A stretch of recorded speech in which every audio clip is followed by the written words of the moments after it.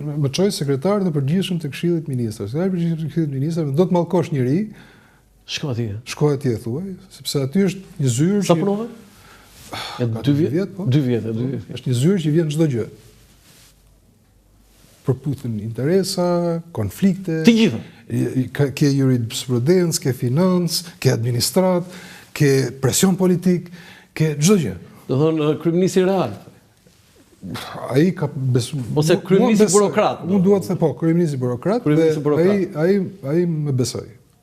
Ma besoj këtë gjë dhe unë e kam mësuar shumë për atë. Dhe gjithashtu në mjedisin politik Fatosnano ka bërë shumë gjëra pozitive, po një nga më pozitivet ka qenë marrëveshja e 2002-shit. Sepse ka shumë që spekulojnë me PD-n për presidentin dhe ka shumë që spekulojnë me këtë që edhe Berisha spekulon sot që do të vinte standardi 2001-shit me ka thënë disa, shumë e vërtetë kjo. Po, ke kapu një pikë shumë të rëndësishme. Është spekulim sepse në 2001-shin jemi në zgjedhjet e 2001-shit, po të kthehemi pak në kohë, po ishin situata e Dushkut. Po, e di. Në një balotazh u bë Dushku dhe Dushku i duhej Fatosnanos për të bërë president me votat të PS-s. PS-ja i mori ato vota, por për shkak se grupi i Ilir Metës në PS kundërshtoi. Nuk e pranoi Fatosnanon, atëherë Fatosnano u kthye në origjinën e tij politike. U kthye në origjinën e tij politike. Spari luftoi grupin Meta, KPD. Dhe së dyti vendosi një standard komunikimi me opozitën. Dhe në këtë standard komunikimi është bërë një marrëveshje e cila është e vetmja unike në hapësirë. Se ju jeni duke thënë që nuk e detyruan ndërkombëtarët? Asnjë ndërkombëtar. Ndërkombëtarët ka qenë kundër. Po i hithni poshtë një version të zotit Berisha. Po kjo është e vërtetë atë, unë këtu po i them këtu jam dëshmitar. Këtu nuk e kam me të thënë. Në ato momente çfarë detyrë marrit? Unë isha ende në OSBE atë. Isha në OSBE. Isha brenda tyre ndërkombëtarëve që thoni ju. Jo, pritani se kjo është shumë e rëndësishme. Domethënë, ju po thoni që marrëveshja Nano Berisha mbas zgjedhjeve të vitit 2001 ka qenë kundërshtuar fort nga ambasadorët e kohës. Çfarë thua? Po këtë ta them unë. Po është një version zyrtar. Po fort. Që kanë qenë kundër? Nuk e donin, po nuk e donin. Do ata që luftuan Fatos Klosin e Diramën. Nuk kishin atë, domethënë mandatin për të folur në publik. Por ata nuk e donin këtë marrëveshje. Po zoti Berisha thotë ne na dukuar sepse Ilir Meta ishte shumë seksi. Seksi? Seksi në kuptimin e terminologjisë diplomatike, pra ishte shumë i afër me ta. Po? Dakor?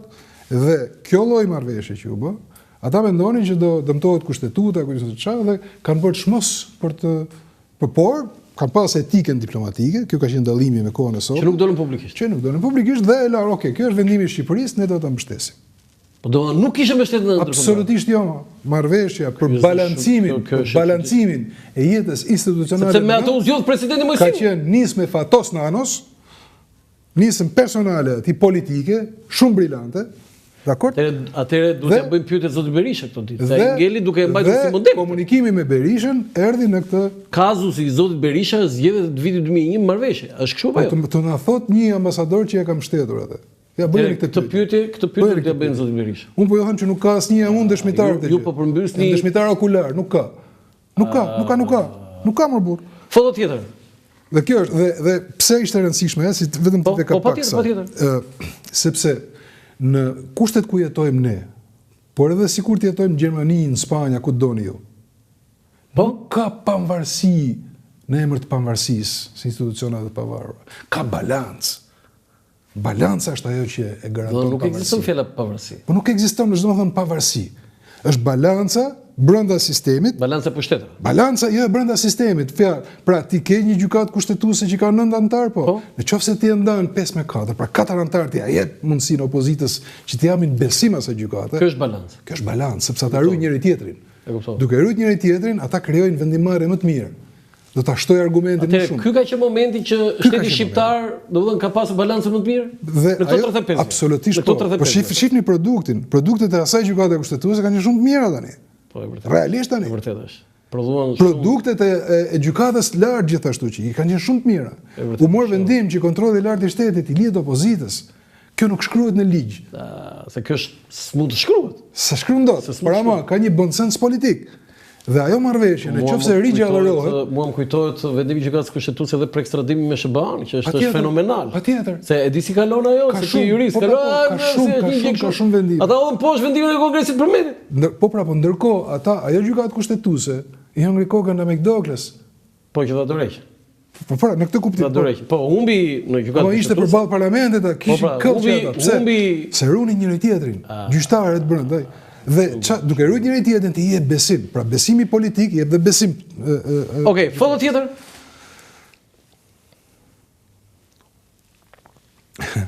Altin Domani është djalë shumë i mirë, që dua ta them këtë gjë. Është tash si themi më djalë, se është babai i 2 fëmijëve. Është një profesionist shumë korrekt. Është njëri shumë i ndershëm, realisht. Vjen nga një familje e varfër, dhe ndoshta edhe për këtë shkak. Familje e varfër? E varfër, po. Ç'do të thonë familje e varfër? Po familjet, shu kanë qenë familjet tona tani, realisht, po edhe Altini ka këtë origjinë. Po si ndjeni kur thot zoti Berisha krye kriminal? Jo, nuk është krye kriminal tani. Po jo, thot Berisha thosh. Po Berisha ka thënë shumë gjëra. Tani, ai nuk i thot ka ca defekte. Tani me i thën krye kriminal ke kaluar çdo gjë. Jo, po të mblesh të bëj si vin do ta them. Po se ju e keni njohur vetë besoj. Pra, jo, unë kam njohur në distancë, po edhe në këtë kohë, çik edhe në komunikim profesional. Në origjinë jeni nga e njëjta zonë? Në origjinë po, prindrit e mi janë në origjinë nga ku është Altini. Nga Dibra. Nga Dibra. Dhe kjo mua më jep gjithë garancinë e nevojshme që është absolutisht figurë pa përlyer në këto hollit. Por si çdo kush ka defektet e veta, ndoshta Altini nuk është një drejtues i mirë. Ç'do të thënë kjo? Shiko, drejtuesi dhe profesionisti nuk është të thënë të njësoj. Kushtet e drejtimit të SPA kanë tjetër, nuk është më piramidë drejtuesi në kuptimin e kuptoj, po drejtuesi në kuptimin publik. Domethënë, për shembull, fjala vjen, unë do preferoja që drejtuesi i SPA-kut të ishte më suportiv ndaj kolegëve të vet. Po ai ka suportuar duke futur vetë aty. Po, dhe duke filluar edhe çështje penale. Kështu që si ishte kjo? Po kemi prokurorin hetim më burr tani. Po i ka filluar ky? Po ka filluar SPA-ku që si ka. Jo, ka rëndësi, sepse ky urdhëron dot. Jo, edhe herë. Mos u kap te procesi. Pra domethënë, ti mund ta bësh këtë gjë, se do të rron ligje dhe puna ta bëj. Në publik ti nuk shfaqesh si po themi Delia Zez e tufës ku bën pjesë, sepse i bie që shave vetët. Kjo është e para. E dyta, drejtuesi ka rol edhe bëj edhe politikën penale. Pra domethënë, fjala vjen, kjo rendja për ta pas mirë me agjencitë e huaja ligjzbatuese, nuk i duhet askujt kjo. Kjo është një punë rutinë. Do ta bësh bëje se ti është puna jote. Po kjo në breaking news, kemi kap 300 gram drogë, 3 kilogram drogë, ju sa shkap në Finland, çfarë pastaj? Po që ka një 2 vlonjat atje që e pas kanë bë nga celulari, po që kanë zot ato. Po mirë, ka bërë dhe goditet tjera tani. E kam fjalën që kjo rendje nuk po e veçoj, po përpiqem të them që nuk të japin pikë ty si drejtues, politika që ndjek ndaj shtetasve tu për llogaritë e një shteti tjetër, sepse ai shteti tjetër nuk e bën të njëjtën gjë me shtetasit e vet për ne. Dakor, tani se e paguajnë shqiptarët Altin Domanin, jo finlandezët. Kush e sulmon më shumë Altin Domanin? Të djathtë PD-ja apo pse? Unë mendoj që Altini është i sulmueshëm nga të gjithë për shkak të kurajës ekstra që ka fut në drejtimin e SPA-kut. Personalisht besojeni ose jo, unë jam kritik ndaj mënyrës se si bëhen hetimet. E ke fjalën për rastin e zotit Meta, apo sidomos të zotit Velie? Po, të gjitha rastet. Edhe për zotin Velie?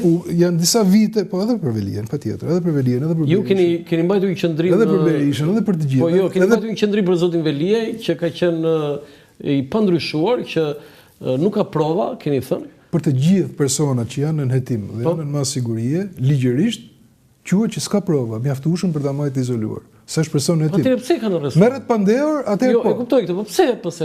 Çfarë pengon? Kështu shkriu klima, ligji është ellastik. Është ligj. Ligji është ellastik, pa patjetër që po ma. Atëherë ka drejt komisioni Xhafa, që do të ndryshojë këtë mënyrë. Komisioni Xhafa s'ka hiç drejt, s'ka bërë as i punë. Po jo, ka drejt që duhet ta kishte bërë, domethënë. Po jo, tani kanë filluar ata punë. Çka kanë filluar, kanë një vit e sa, që bën gam koc, kanë bërë as i punë. Do të thonë ata duhet ta bëjnë këtë. Patjetër që po ma. Patjetër që po. Dhe pak a shumë nëse do ta riformuloni, do ishit ju autori i të shkruar. Si do ta formulonit këtë? Arresti është një ngjarje ekstreme që i ndodh, dhe kjo ndodh në flagrancë. Po? SPAK-u është ndërtuar, e kemi ndërtuar si mekanizëm të jashtëzakonshëm, special, të veçantë për t'i zënë njerëzit me presh në duar. Jo për të bërë gjyqje. Do vetëm flagrancë. Tani flagrancas për këtë punë kemi bërë, se për komende e kishim ne, kemi prokurorinë, ashtu siç e kemi. Për të bërë gjyqje që gjeta ca prova unë, edhe tash kjo prova më duket se po tjetër më tjetër. Nuk ishte. Po ku është flagranca? Po zërë mërë burë duke nëmru lekat, se për këtë punë të kemi vu atje. Filmoje, kujtëm kapim në përshë, kanë vetëm një gjema kanë kapta, vetëm sekretarën e përgjithshme të Ministrisë të Shëndetësisë. Që e zunë, ajo është vetëm një rast që këta ka justifikojnë mandatin kushtetues dhe rrogën. Në këtë pikë unë jam kritik, nuk diskutohet. Jo me personelin. Qëse do ekziston të kynem, që do ndodhë? Do t'i vendoste këta në një pozitë kret tjetër. Kret tjetër? Absolutisht po, këta do ishin kretësisht të fshet, nuk do t'i njifte njeri, do duhet merreshin me trika, do duhet merreshin me procedurë, me proces. Ky është qëllimi i prokurorit, nuk është qëllimi të bëj show. Qëllimi i prokurorit është të mbledh prova. Dhe ta zër tjetrin me preshën, ose për shembull të doli të ka përgjigj telefonin. Po këta janë fjalë më xhan. Këta janë fjalë, vepra ku është? E mund të di indicie. Po, patjetër, shumë e fortë është indicie, e artë është. Edhe me këto të Sky ECC-s. Të arta janë, patjetër që i po mo. Mi po vendimi ajo. Por ti do t'i lidhesh me një gjë që ka ndodhur, do ta lidhesh me një gjurmëgishti, do ta lidhesh me një pamje filmike, do ta lidhesh me një dëshmitar, do ta lidhesh me disa gjëra ndryshe, është kot ajo. Je avokati në një personazhi në SPAK? Jam, po, i disa personazhe. I disa i kujt? Të njohur. Çon si ka tani se ka tani të shkruajmë tani Ylli Vanjani apo me metamorfozën, po, jam shumë aktiv aty dhe kemi bashkë me Gurali Brother Mrarin, kemi bërë realisht një punë të jashtëzakonshme, jo për të mburur tani, për të zbërthyer procesin legal të Sky ECC-s. Proces i cili nga gjykata tona dhe nga drejtësia jonë refuzohet që të shifet sipas standardeve të ligjit. Po vendimi i gjykatës kushtetuese është një si përfshi vendimin e gjykatës kushtetuese, e cila ka qenë nën presion. Nën presion. Me kush? Ja, nga këta, me përgjime. Me përgjime? Po patjetër. I kanë përgjuar. Pas vendi po çfarë? Do të po thuaj një skandal. Prokurorët kanë përgjuar. Po për çfarë janë përgjuar ato? Se do na mbajnë nga ne. Janë përgjuar për vendimin, që ta shkruanin vendimin ashtu siç e kanë shkruar. Kjo është fakt. Dhe që ke metamorfozën e rilexove metamorfozën e Kafkës? E kam parë metamorfozën. Jo, e rilexove se jam i bindur që e ke lexuar. Ajo është po, metamorfoza e Kafkës është drejtësia e sotme tek njerëzit e thjeshtë, tek njerëzit që nuk i njeh askush. Foto tjetër, mos e bëj, kemi dhe një foto? S'kemi foto se llogarita me. Kam një pyetje që mund të ishte foto kjo. Zoti Banjani, për nga kozgjatja e renditja e kryeministrave në historinë e shtetit shqiptar 113 vjeçar është Mehmet Çehu 27 vjet e 3 muaj, Edi Rama 12 vjet, ka marrë mandatin për 116 vjet, Enver Hoxha 9 vjet e 9 muaj, Adil Çaçani 9 vjet e 1 muaj, Sali Berisha 8 vjet. Cili është komenti juaj? Thotë gjë kjo? Vetëm barazia në mandatin e Enverit me Saliun. Kjo më duket se më interesante. Pjesa tjetër me një vit e ka diferencë. Një vit.